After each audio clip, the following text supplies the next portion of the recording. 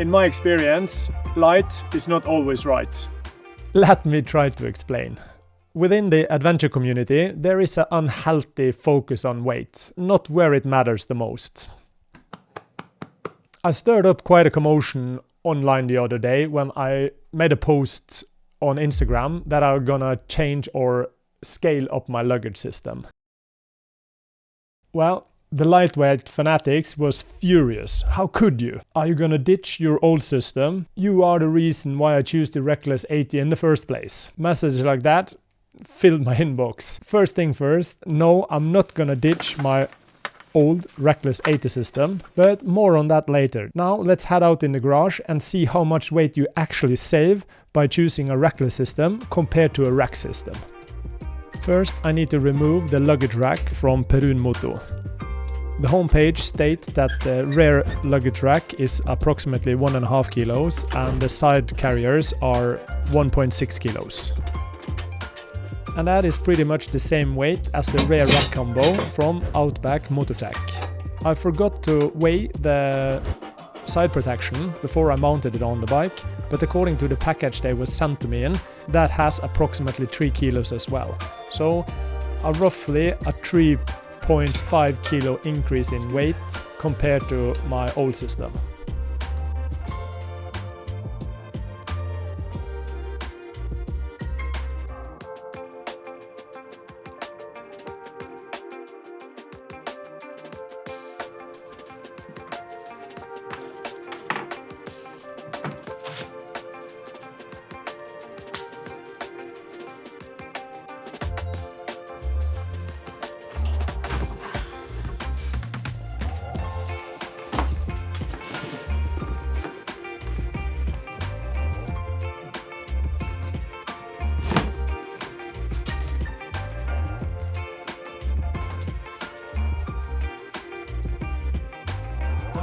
The Reckless with all the bags.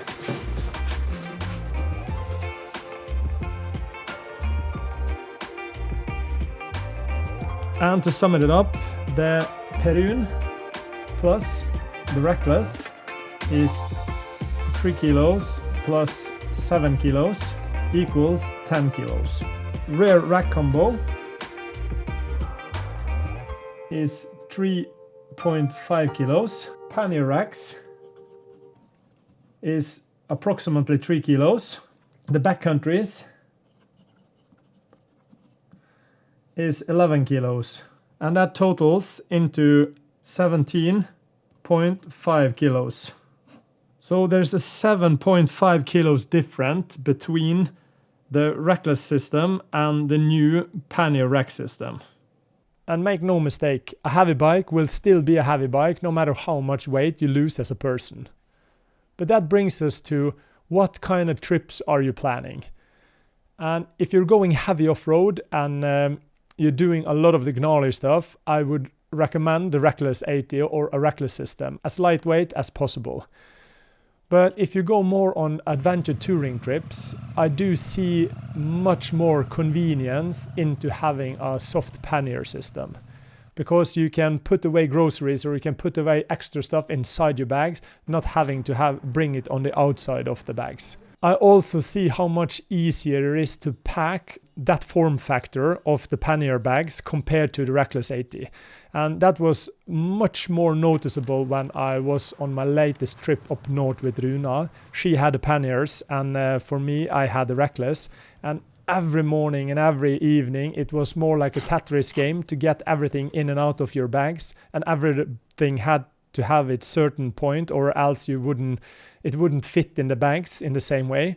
But with the wider form factor, it's much easier to just, everything fits more into that form factor.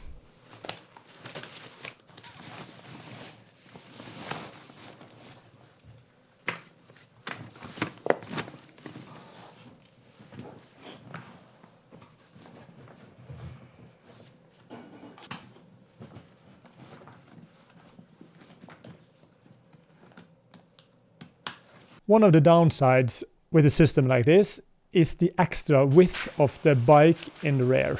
And When I was out trying to measure, it's not a completely exact number, but the width of the bike in the rear is 105 centimeters. But what is interesting is that the width of the handlebars is approximately 95 centimeters, give and take. As long as the rear is not that much wider than the front, I do think that the benefits of a system like this is worth it for me at this period of time. The other downside with a soft pannier system is of course the extra weight. And if you put everything into consideration, all the bolts and nuts and everything, because it's not a scientific thing, I would say that it adds maximum 10 kilos of extra weight. That is something I personally want to try out now and see if it's not a better fit for my kind of trips, or at least some of my trips. Because I still want to use my Reckless 80 on weekend trips or smaller trips where I know I just want to go on gravel and want to have the lightest possible bike. And it's not so much about the weight that I put into the bags, it's more about the volume and the excessive volume I can have at my disposal.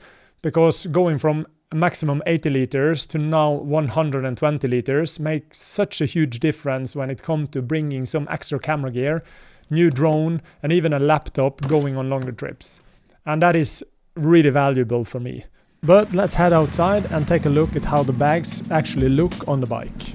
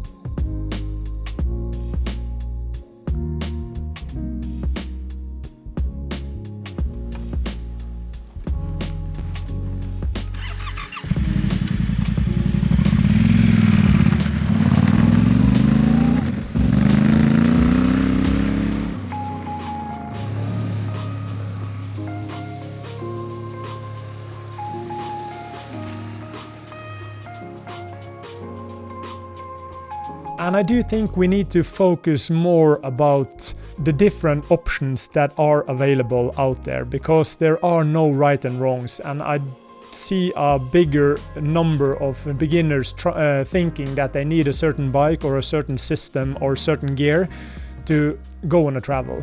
And I think that is a little bit sad, to be honest, because it's not about what gear or bike or luggage system you have. It's all about getting out there and enjoying the trip for your needs, not what everybody else think of you when you're out on a trip. But that is probably something that comes with all the marketing and everything, that you think that you need to be a certain one or have a certain gear to be part of this community. And that is absolutely rubbish. It's all about getting out there and enjoying whatever adventure or what type of adventure you like.